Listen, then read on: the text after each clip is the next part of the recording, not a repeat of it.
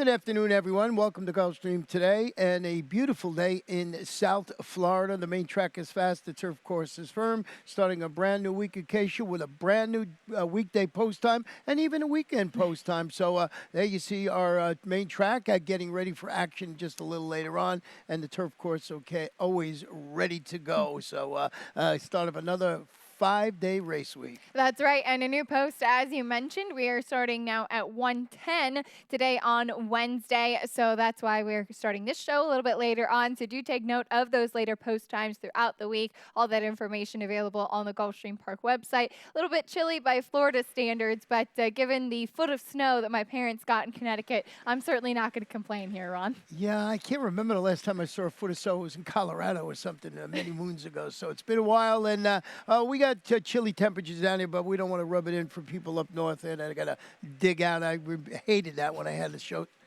snovel. So we got $700,000 in the jackpot guarantee, and now that's a way to start a week. Yes, it is. 700,000 starts on race one. Did you say show snuffle? Snow shovel, right? Isn't it? It's fine. Here she goes. Anyway, 700,000 in the Rainbow Six starts on race 5 today. Yeah. There she goes again. She's going to make me laugh again. Yeah, so we got your fault. It's not my fault. Well, we got a beautiful afternoon ahead of us. We got not only the Rainbow Six, we got a couple of pick fives, and Acacia is going to try and show you her first ticket this afternoon. I am indeed. I have a $36 play here. I feel like I could have actually even gone a little bit deeper in a couple of these races. I thought a really tricky sequence, a pretty wide open one. We start off with a maiden claiming sprinting on the main track. I think Carobio and the Six Gods Promise, who faced Greatest Honor last time, against obviously much tougher, the ones to beat in the opener. I'm 3 deep in race number 2. I wanted a little coverage in there because I just didn't really trust anybody. In the third race, I have 2 horses with Strong Azteca and Infatuating. The fourth race, this is a nice race, a turf sprint allowance in here. I think Nitro Time's been very, very good, but I didn't want to leave off Highway Bound. I'm just kind of intrigued by this one with Bill Mott trying this colt on the turf. So we'll see what we get from that, but a very good race in race number 4. And I'll wrap things up with the class dropping Uncaptured Ruby and the very informed Socially Astray. Yeah, you know, that fifth race today, you got 2 deep in there, is the one that really, I use 4 deep when we get to my Rainbow Six a little deeper. Yeah. That one had me a little confused. You know, we're talking about, we started off with Carobio in here because this horse is debuting locally with Lasix, shipped into Tampa and ran okay second. Yes, he did, as we'll take a stroll up north to Tampa Bay Downs, as this was going 7 furlongs as well. And the second career start for this colt by Pioneer of the Nile. First time on the conventional dirt as well. And taking a look at the number 6 that day, colt by Pioneer of the Nile. The dam was very good on turf, actually, but there's also some strong pedigree for this one. He's the half-brother to multiple graded stakes winner Secret Circle, who banked over $3.6 million. Just kind of a relentless closing running style. Shortens up a little bit now from the 7 furlongs to the 6, and obviously made a big improvement from race 1 to race 2. I think with the drop in class, obviously, given the pedigree, I'm sure they didn't want to do a drop in class, but sometimes you just have to be logical. Yeah, I'm going to show you a stat with Rudolph Brisset. Just a real quick one. Maiden special weight to maiden claim his sprints on the dirt. He's 4 for 19, 21%, 58% in the money, $1 return of investment. So more importantly, I think the drop is really going to help this horse. Ran very well up there, going 7/8 up at Tampa. I did have our exacta flip-flop with God's Promise, and you alluded to this. Drop it to the 35 level, turn it back to 6 furlongs after showing speed and fading behind that. The next out Grade 3 winner, as you mentioned, Greatest Honor, that was going a mile in the 16th. Special weight conditions, Juan Rodriguez, Jose Ortiz named to run. Things sort of flattered by that performance last time out, even though it was well beaten. Yeah, obviously much tougher facing last time out, but the drop in class makes sense for this colt by Liam's map. It was a very contentious field that he faced last time out, and picking up Jose Ortiz. I thought the 4 bottom deck also could improve a little bit on the drop in class, trying to sprint on dirt for the first time. Yeah, Ronnie Spatz Jr. Alvarado. Race 2 this afternoon, a 1-mile claiming event. These are 3-year-olds, 12-5. They're on the fast main track. And we both went with Dropped Anchor, who's stepping up to face winners, but really responded well to that surface switch with that big victory last out. Monster victory last time out. This is one of 2 2 for Antonio Sano in the field. This is a colt by Anchor Down, and it was a drop in class. It was a switch back to the dirt, and it was also going long on dirt. So I think they kind of found exactly where he fits. So I like that they keep the status quo coming back here, a mile on dirt and for the 12-5 tag. I think that suits him well, as he was very impressive, though of course it was against a softer field, and he will face winners for the first time, but I thought he was the logical player in here. The number 2, Hickerson, is dropping a notch and getting Lasix after debuting locally. He got bumping hard at the start, closed to finish third against those 20 open claimers last time out for Kenny McPeak. Robbie Alvarado, I see, is back, and he'll be riding this afternoon. And the biggest problem with this colt is that he's not been good getting out of the gate. In all 4 of his races, you see a short comment, slow start, bump at start, hard bump at start. He's had trouble at the beginning of the race. That's been his Achilles heel. And you see, that's why he's just placed so far back. And especially at these lower levels, that's a big thing to overcome. So I'm hoping that with the drop in class, now 5th time out, you got to start seeing some improvement there and getting out of the gate a little bit cleaner, as that has been the biggest challenge for this colt. Well, the number 1 Peruvian Dancer is dropping to the 12-5 level. First race since defeating Maiden Special Weight Company, going 7 furlongs here last August for Antonio Sano.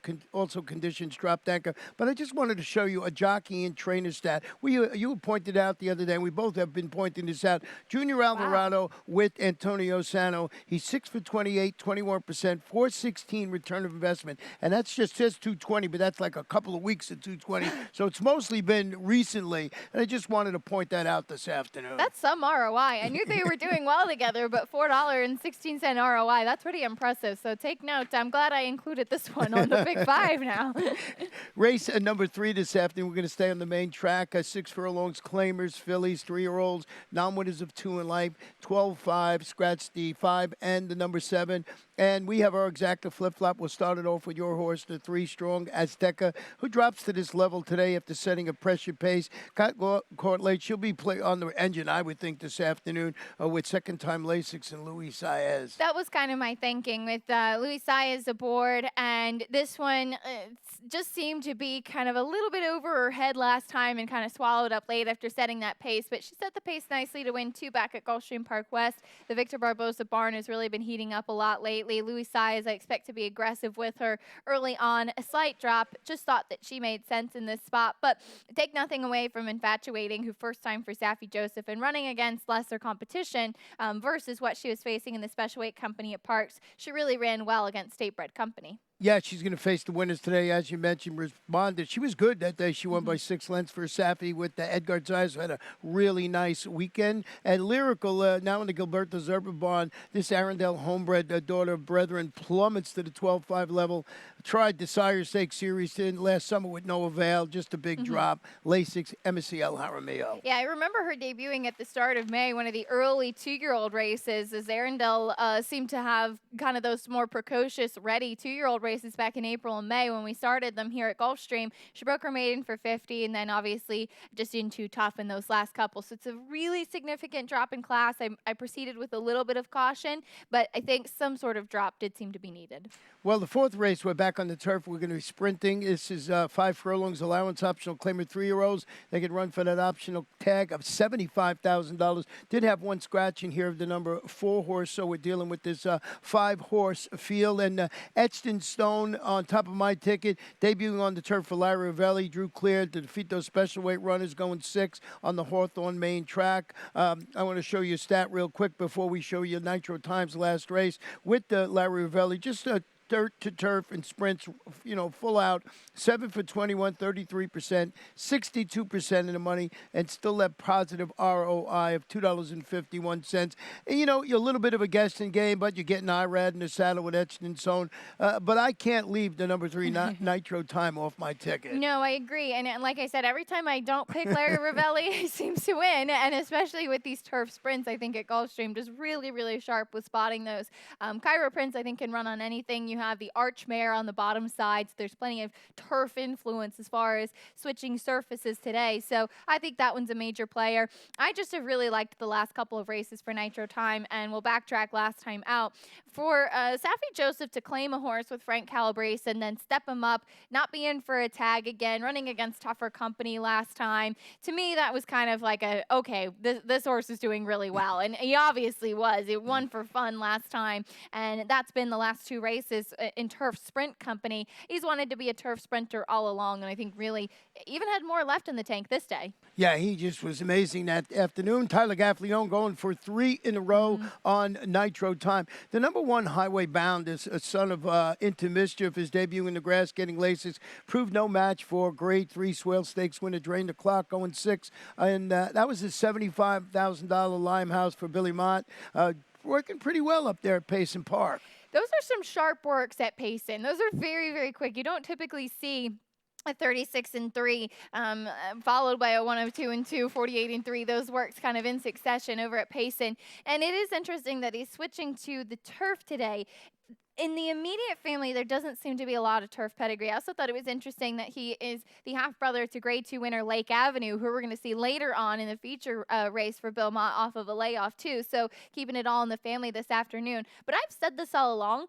I like Into Mischief sprinting on the turf. So I'm curious to see what this one's going to do, switching surfaces today. But I think that as far as the Into Mischief influence does go, I think there should be enough to maybe make a case for this one to like the grass. Yeah, Into Mischief been winning on everything. Yeah. I mean, that's one of the top sires, definitely. So that's the first 4. We take a break. When we come back, I'll show you my Rainbow Six ticket this afternoon.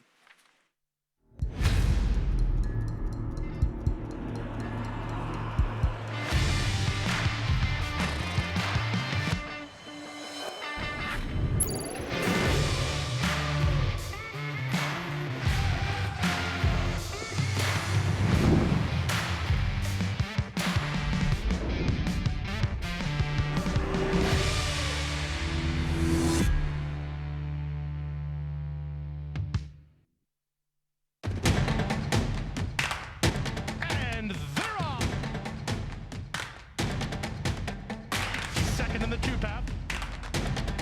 Ground on her inside. Race.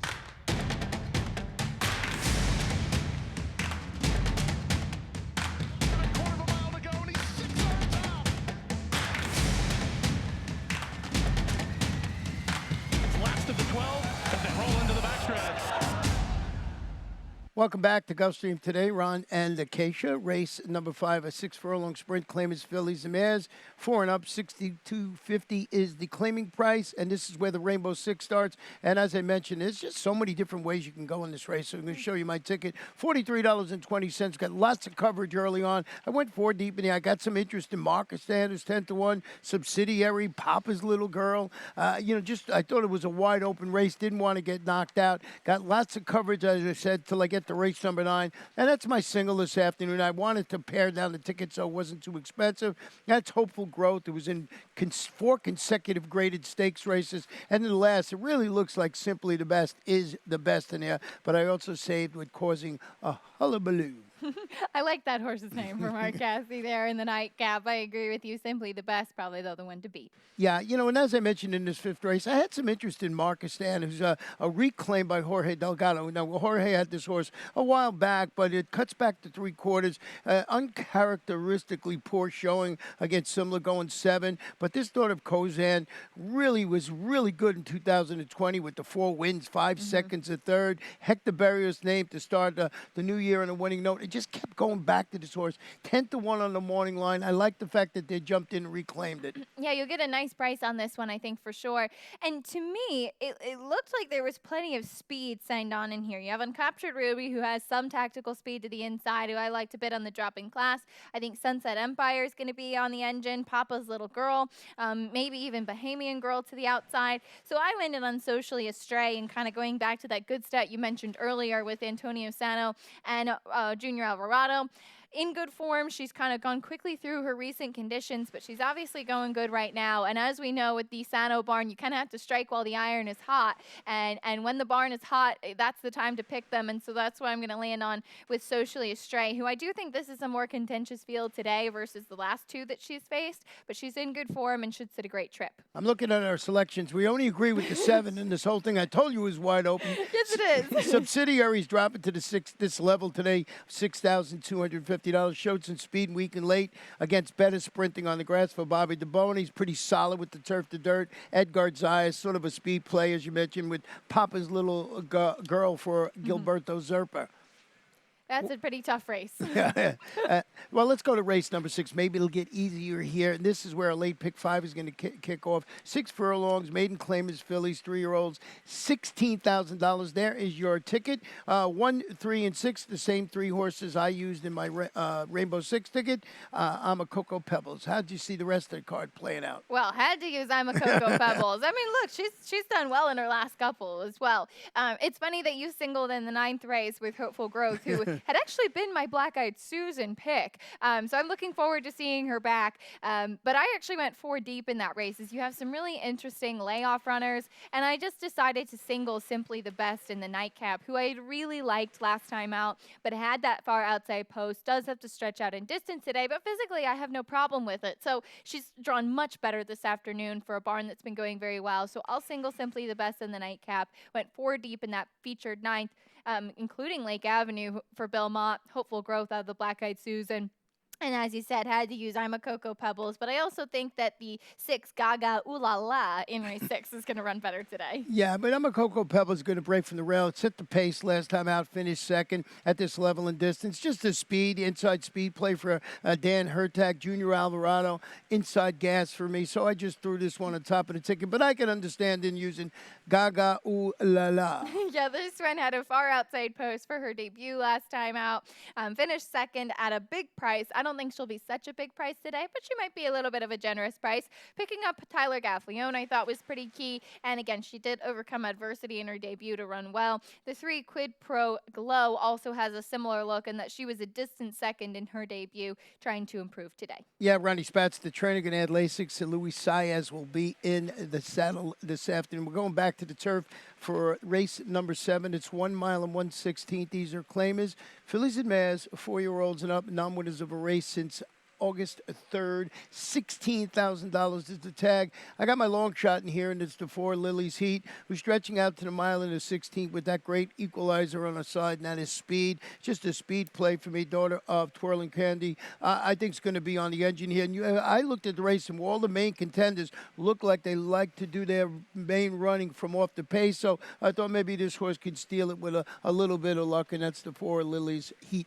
I like it, and she'll be a bit of a price. And I guess that's one of the reasons why I liked the 7 Namu's Treasure, who she does have some positional foot. She doesn't need to be really far off of it. She's tactical, so she can kind of be up in that first flight, doesn't need to be setting the pace, but she's also not going to be really far off of it like many in here. So I would imagine she's going to set a pretty good trip. She ran a distant second behind the kind of ageless Scatnap last time out. In fact, ahead of Lily's Heat, they were separated by just a couple lengths, so I guess we'll have a little bit of a rematch from that January 8th race. I also thought, Ron, the 2 Codrington on the drop in class must be respected. Yeah, getting some needed class relief. Showed some late interest in a pair of out of money finishes against at the 35 level for Antonio Edgar Zayas. And she's a late running mare. Lily's Heat, it's just I'm not what is it, Naimu's Treasure. I just think these are the logical 2 in there, really. And I just was going with maybe the speed could get loose. And it looks like on Saturday and Sunday, at least to me, that speed is a little bit better, actually a lot better on the turf course. So that is why I just 10 to 1 in the morning line would take a shot. I like Race 8 this afternoon, 5 1/2 furlongs, allowing state bred. These are fillies, 3-year-olds. We do have a scratch of the 3 horse in here, and we both know we did not. You went with the number 1. This horse is amazing. I got on the ticket 15 to 1 on the morning line. The 1 is? The 2 a T. Yep. I had no idea. All Yeah. right. Well, I'll take it if I could get a price on 2 a T. But I thought that this one made a lot of sense. I know that she was pretty well beaten last time, but she was running against significantly tougher. And Sunny Isle Beach, who'd been facing Graded Stakes company prior to that, she also broke her maiden sprinting, and I much prefer her sprinting. So I took a shot with this one, turning back in distance. But obviously, the number 9, R Adios jersey, was ultra impressive in her debut. Yeah, she's going to step up to face the state bred allowance competition today. Getting LASIK, she's too clear, as you mentioned, to win her 35 career debut. Oh, she won it by about 13 lengths. That's all. Georgina fine. Baxter, Edgar Zayas to top the daughter of Adios Charlie. But 2 a T, 15 to 1. You know, I think that it'll be lower than that. But I thought that horse had a big shot for all the reasons you mentioned. And then we both used the number 5, Foolish Heart, who's going to turn back to the 5.5 after setting the pace and finishing second. Again, similar quality for Carlos David. Angel Arroyo top the daughter of Shitu. And honestly, she's not done anything wrong except for that one turf try, which was a disappointing effort. But obviously, she's not a turf sprinter. She's better on the main track. Her 4 main track races have either been a win or a second place finish, so you really can't knock her as far as her resume. Race number 9 this afternoon, as we mentioned.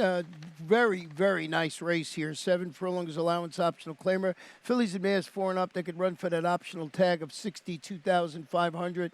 8 in the field, no scratches. And you can go different ways in here. As I mentioned, I got my single in here with Hopeful Growth, who's a previous winner at the distance. Yes, she is. And it's funny, even though she's won going 7 furlongs before, I've always loved her as a 2-turn horse because she is a very, very big filly by Tapiture. But she's been training really well over the main track here at Gulfstream, so pulled one of those recent workouts from XBTV. As I said, she was actually my Black-Eyed Susan pick, as I thought the 9 furlongs would really suit her quite well, and she ran against some nice fillies that day. I read an article that Mike Welsh wrote on DRF, and Tony Margotta saying that there really just weren't a lot of opportunities for 3-year-old fillies this past year with COVID and the whole situation, so that's understandable, and they decided to freshen her up for a 4-year-old season, and I like how she's training. You can see that big stride that she has on over the main track. And she didn't run bad in the Black-Eyed No, she Susan. I mean, didn't. she finished 3rd, so she's got a ton of class. And I just thought that for Tony Margotto with Arad atop the classy daughter of Tapiture, you know, I also like all the horses that we're going to mention in here.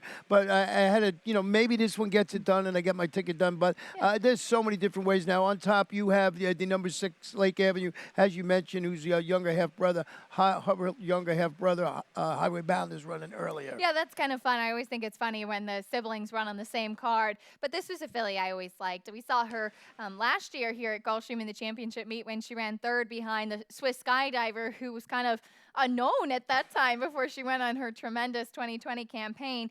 This filly, Lake Avenue, ran 3rd in the Gulfstream Park Oaks. She's one that I've always preferred at the 1-turn distance. So I like that she comes back at 7/8. She had a layoff, came back at Churchill last time out, and it was kind of a flat effort. But I think she's also better showing speed. She's another one that's been training sharply up at Payson Park. And again, Bill Mott seems to, everything's been firing that he's sending out here at Gulfstream. Exactly. And Finding Fame is a perfect 2 for 2 here last year. Makes a 4-year-old debut after ending a sophomore campaign with that 2nd place finish against those optional claimers, going 6.5 up at Belmont. Now hasn't been seen since June. I'm sure you saw this horse run or almost saw it run. I don't know if you were up there by then. Shug McGee, 21% with this type of layoff. He does a good job. Yeah, and she was actually favored that afternoon, but I thought On Her Way, who beat her, was a nice filly. She is coming back off of the layoff. That was her first start against Older. She's also been training sharply up at Payson Park. She is very interesting. And then you have Velvet Crush, who's making her first start for Chad Brown, and back to sprinting or going 7 furlongs on the dirt as well, where she did win 7/8 here at Gulfstream in December of 2019. So a really nice 9th race this afternoon. You're going to see some classy mares, fillies and mares running in that spot. Race number 10, 7.5 furlongs on the turf. These are maiden special weight, state-bred fillies, 3-year-olds. And we sort of tipped our hand with Simply the Best, who looks really good here in the nightcap. Yes, she does. And we'll show that race back on January 10th. And I realize this is the 5-furlong sprint that we're showing, and she'll now be going 2 turns. But I think it's important to look at it. And unfortunately, there was no chiclet for the 12 on this day. I'm not sure why. But anyway, so don't pay attention to the bottom. Keep your eye on the pink gap there in between horses. She had the outside post from post 12. She broke sharply, but she was caught wide pretty much the entire time. And Speeding, who won from Mark Casse, was 4-5. Now, I don't love that Mademoiselle Nova, who was the second place finisher, came back on Sunday and was well beaten from Mark Casse at a short price. But this filly, Simply the Best, held on really gamely, having lost ground pretty much the whole race. Yeah, I mean, just looks like the one to beat there. I almost would single that one instead of the horse I singled in the ninth, as you did in your late pick 5. The 6 causing a hullabaloo should be primed and ready. You would think would offer more today after stalking the pace, finishing third. It was a good performance in a local turf debut at the same level and distance from our Cassie. Embassy El Jaramillo. It's the daughter of Malibu Moon. And she's had a few gaps and starts and stops in her races, but I do think that it's a positive that she comes back maybe about 5 weeks later after that good third place finish in her turf debut behind Candace O and Cadencia. I got some interest in the number 9 in here, Systematics, the daughter out of work by Uncle Mo, who's debuting the turf for George Weaver. She's got that good breeding that I like to take the grass.